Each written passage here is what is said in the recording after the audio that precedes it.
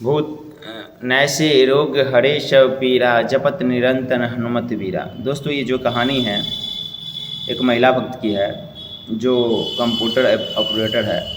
वो कंप्यूटर का काम करती रहती है, मगर क्या होता है कि धीरे धीरे उसका अचानक तबीयत खराब होता है, दवा ववा खाती मगर ठीक नहीं होता। तो एक्सरे वगैरह करवाता है तो उसमें निकलता है कि आपको माइग्रेन हो गया। माइग्रेन हो गया तो उसको डॉक्टर बोलता है कि अब कंप्यूटर का काम आपको छोड़ना पड़ेगा क्योंकि उस पर आपका माइंड पे असर पड़ेगा। तो महिला बोली भक्त बोली जब ठीक रहेंगे तो कोई दूसरा भी जॉब कर लेंगी।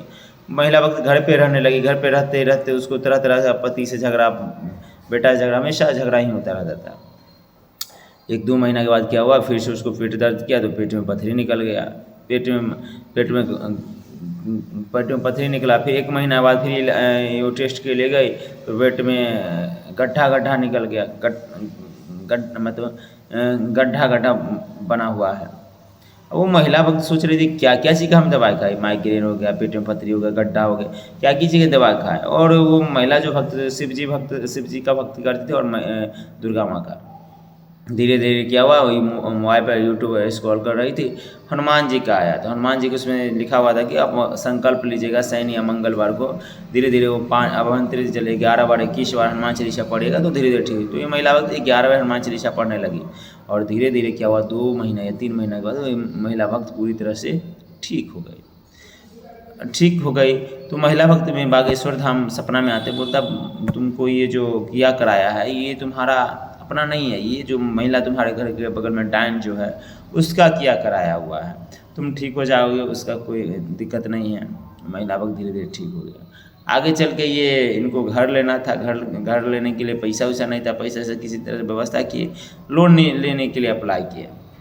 लोन लेने के लिए अप्लाई किए तो लोन इसका पास नहीं हुआ क्योंकि इसका सिविल स्कोर ख़राब था बहुत। बैंक वाले बोले कि आपको लोन नहीं मिलेगा। फिर 2-3 दिन के बाद हनुमान जी के पास आए, हनुमान जी कुछ कीजिए, हनुमान चालीसा पढ़े। तो बैंक से 1-2 दिन के बाद कॉल आता है कि आप का सिविल ठीक हो गया, आप लोन आके ले सकते हैं। लोन जाके और ले लिया।